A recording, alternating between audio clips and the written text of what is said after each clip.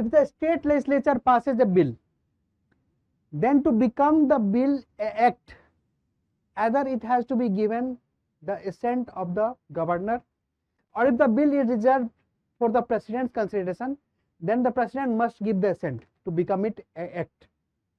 लेकिन क्या होगा इस केस में, जब गवर्नर या प्रेसिडेंट एसेंट ही नहीं दे, बहुत महीनों तक, बहुत सालों तक स्टेट का वो बिल परा का परा रह जाएगा, और ये बहुत बड़ी इशू चल रही है, राइट। रिसेंटली ये हुआ है that the Kerala government goes to the supreme court over the governor withholding assent to the bill. Means the Kerala governor is not giving assent to the bill passed by the Kerala legislature, and therefore the Kerala government had approached to the Supreme Court of India. क्या consequence है इसका, and क्या ऐसा पहले भी बहुत सारे states के अंदर ये इशू चल रहा है? What is the option available? Each and everything we will be discussing. लेकिन इससे पहले कि हम लोग इस इशू को समझें, we will have to understand the basic concept of polity. So let's see that, and then we will be coming to the issue. So actually you will have to understand the veto power of the president or the governor. So actually there are three kinds of veto power. Absolute veto. In absolute veto, a president may reject the bill completely, right? So he completely reject the bill, so it is an absolute veto. In suspensive veto, a president may send the bill for reconsideration, right?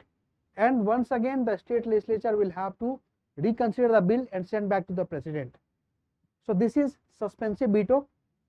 And in pocket veto, the president will keep the bill in their pocket and do nothing, absolutely forget about this. So this is the veto, that is pocket veto. So the presidents enjoy all these three kinds of veto. But for the governor, it is said that the governor only enjoys the suspensive veto or the pocket veto, but not the absolute veto. हम लोग देखेंगे आगे इस case को.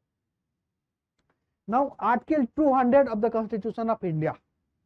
Article 200 of the Constitution of India, it talks about what happens to a bill when it goes to the governor, right? So what are the options available to the governor when the bill goes to the governor after passing from the state legislature? So the governor has three options.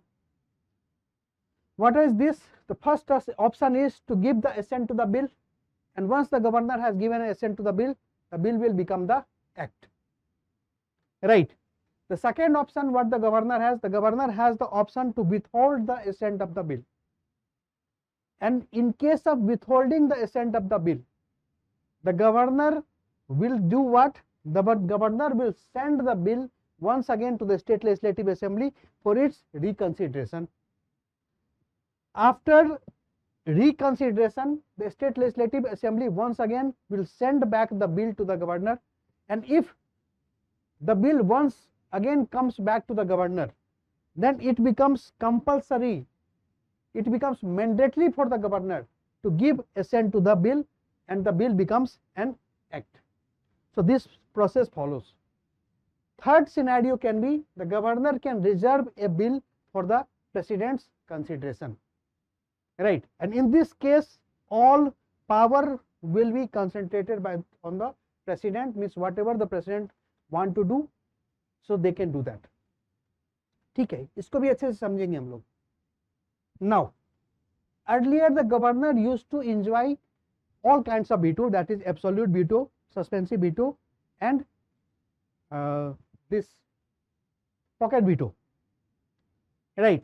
But in last November, the Supreme Court had said that the governor holds no veto power over the bill, as the Supreme Court had said. Suspensive veto is still going on, but absolute veto has been rejected. for the governor. It is said that the governor cannot enjoy absolute veto, and there has been a logic for this. So what is the logic given by the Supreme Court? The court held that a governor who chooses to withhold a bill without doing anything further would be acting in the contravention of the Constitution. So the governor will not be enjoying the pocket veto as well as the absolute veto, right? So because it will be in against to the Constitution of India. Another thing which the Supreme Court has said, and what is the logic behind this rationale, what is the logic, is that it will be against the fundamental principles of the constitutional democracy. How? Because the governor of a state, it is appointed, right? It is not elected. The governor of a state is appointed by the President of India, whereas the state legislature, all the members of the state legislative assembly, they are elected by the people of that state. So if something is elected, they should have more value. Therefore it is said that as the governor are unelected, only nominated head of the state, and the legislature are elected, therefore the fundamental principle says that the governor should not withhold the bill for indefinite period of time. If the governor is not satisfied, he should give proper logical reasoning for that, and he should send back the bill for the consideration of the state legislative assembly, or the governor can reserve the bill for the President of India, right? Or he can give the assent to the bill. So this is the scenario. Now whenever the governor reserve the bill for the president, what happens in that case? So all power goes back to the President of India. In this case governor will have no role to play. ठीक है, उस bill को सिर्फ और सिर्फ president ही पास कर सकते हैं या रिजेक्ट कर सकते हैं या कुछ भी कर सकते हैं. गवर्नर के पास कोई रिस्पांसिबिलिटी नहीं है regarding that bill. So what are the options available to the president of India if an state legislative bill is reserved for the president's consideration by the governor of that particular states. So the president's choice is either the president will give the assent to the bill, so it will become an act, and it may withhold the assent of the bill if it is withholding the assent of the bill, right? Or it may do nothing. Absolutely, the president can keep the bill into their pocket and forget about it. So what will be this? It will be a pocket veto, and the president may also say that it will not give assent to the bill, so that will be a absolute veto which will be enjoyed by the president. In case if the president want to withhold the assent of the bill, in that case the president must send the bill for the reconsideration to the state legislative assembly.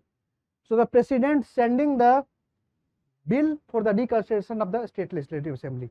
In this scenario, within the 6 months, the state legislative assembly will have to reconsider the bill and then send back to the President of India, right? So in this case, what is enjoyed? Suspensive veto is being enjoyed. So president is enjoying suspensive veto, pocket veto, as well as the absolute veto in case of state legislature bill. Even when the bill is being sent back to the president for the consideration, after the consideration the bill is being sent back to the president, it is not binding on the president. Please remember, after the reconsideration of the bill, when it was sent to the governor of the state, it was binding on the governor to give assent to the bill, but it is not binding on the president to give assent to the bill. So even at this stage, the President of India will have 3 choices. First thing is either the President of India can give assent to the bill, so the bill will become the act, or the President of India will not give the assent to the bill and it will be enjoyed, the President will enjoy the absolute veto and bill will be rejected, or the President of India do nothing, so the pocket veto will be enjoyed. Now this scenario is very strange. This is what happening. Many bills are kept in the pocket of the President of India, right? Many state legislature bills are kept in the pocket of the President of India. They are enjoying the pocket veto for many months, for many years, and this becomes very complex thing, because this becomes very problematic for the state legislature, because without passing that bill the state legislature cannot function properly, right? Without the formation of the act the state legislature cannot function properly. So this is the issue, and this is the real issue. So what is happening? Actually, in most of the cases it is being said that wherever the state which is ruled by the opposition party, means whichever party is, some party will be there at the center, so their opposition party will be ruling some of the states. For example, currently the BJP is at the center, and in several states like the Kerala, Punjab, Telangana, it is being ruled by the opposition parties, right? So what happens whenever a new party comes into the power at the central level? So that party influences the president to appoint such governors who will be in favor of the central government party, right? So what will be the consequence of that? The governor may stop the bill, the governor may obstruct the bill, right? This is what happens, and this is the normal scenario, because चाहे वो BJP आती है चाहे वो कांग्रेस आती है, तो जब वो पावर में आती है सेंट्रल पे, तो जो भी अपोजिशन रूल्ड स्टेट होते हैं उसके गवर्नर जो है वो अपने फेवरेबल गवर्नमेंट को वो चूज कर लेते हैं, अपने फेवरेबल गवर्नर को वो चूज करते हैं. सो this is very normal thing, जो होना नहीं चाहिए एक्चुअली में. डेमोक्रेसी को सही से फंक्शन करना है तो this should not happen, but unfortunately this is going on inside our country, right? So that is there. So the governor is appointed by the president on the aid and advice of the council of ministers. So council of ministers of what? Center. So whatever the central council of ministers says, recommends to the president of India, so that person is being chosen as the governor in those opposition ruled states. अब यहीं पे problem start हो जाता है. यहाँ पे क्या होता है कि वो गवर्नर जो है बहुत सारे बिल पे बैठ जाते हैं, बहुत सारे बिल्स जो है वो प्रेसिडेंट ऑफ इंडिया के लिए रिजर्व कर दिया जाता है, और बहुत सारे बिल जो है वो सालों सालों तक पेंडिंग रह जाता है. So this is the issue being created. For example, if you take the Kerala government has reached to the supreme court because 4 bills has been pending with the president, right, and 7 bills has been withheld with the governor for 2 years. Some of the bills are as old as the 2 years. So 7 bills are withheld by the governor and 4 bills are withheld by the president, and therefore the Kerala government has to reach to the Supreme Court so that the passing of these bills will be speed up. क्या ये ऐसा पहली बार हो रहा है? No, this is not happening for the first time. There has been examples of several other states also. For example, Tamil Nadu. In Tamil Nadu, 10 bills was pending. Either it was there with the governor or with the president. So the Tamil Nadu government reached to the Supreme Court, and within 3 days of reaching to the Supreme Court, all the bills was sent back for the reconsideration. And as you know, if the governor sends the bill for the reconsideration, and once again the state legislative assembly after reconsideration sent back to the governor, it becomes mandatory for the governor to give assent to the bill, right? Similar examples is there in Telangana. The governor was reluctant to give assent to the 10 bills. Then the Telangana government reached to the Supreme Court, and later on all the 10 bills was passed, right? So this is not the first time when the opposition ruled government at the state level has to reach up to the Supreme Court for passing of their bill which was being pending with the governor or the president at any given point of time for many months or many years, right? So what are the arguments? Currently the Kerala government has went to the Supreme Court regarding the pending of the bill. So what has been the arguments given by the Kerala government in this regard? So it is said that it terms the action of the president and the governor as the manifestly arbitrary. It says that these actions are arbitrary in nature. It is without any logic, right? It is unreasonable and irrational in nature. They are not telling us what is wrong with the bill. They are not sending back our bill. If there is anything new is to be considered, if any recommendation has to be followed, then please give back our bill. We will be trying to follow that recommendation, but our bill is not being sent back to us. They are simply enjoying the pocket veto, right? So this is the issue. Then this was done without giving any reason whatsoever.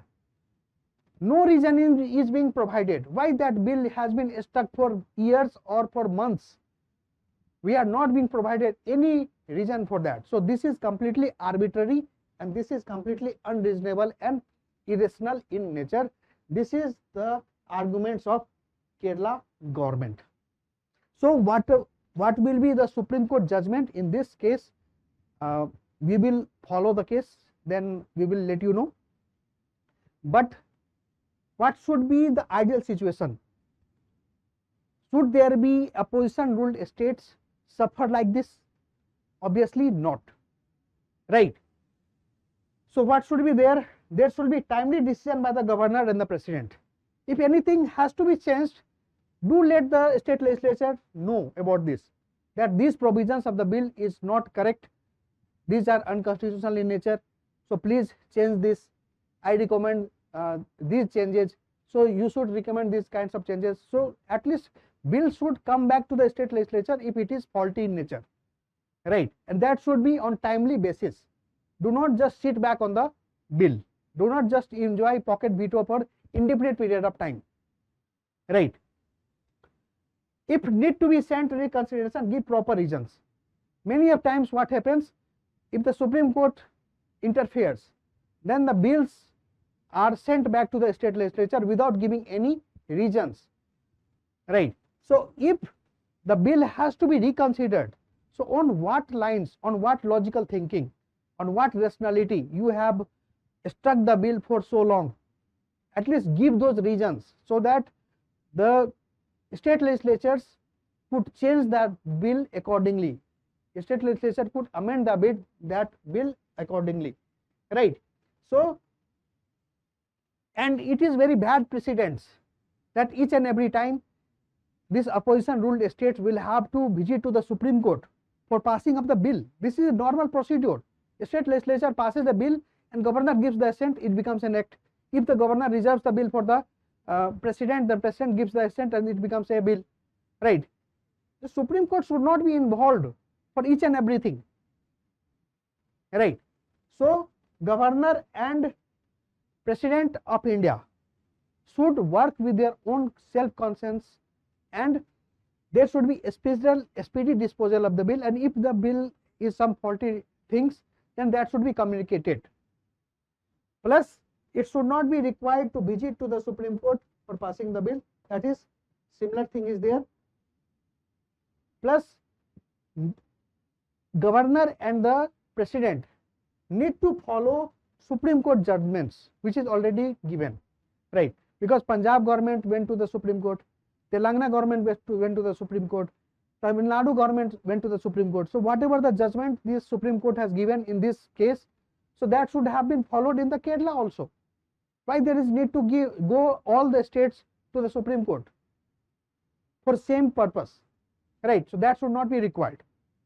So to have a better democracy, to have the better cooperative federalism, all these activities should not go on, right? There should be proper cooperation between the center and the states. The governor should cooperate with the chief ministers and the council of ministers at the state, and they should combinedly work for the progress of the state, right? So that should be the ideal situation and that should be followed. This was all in the today's video. Thank you very much.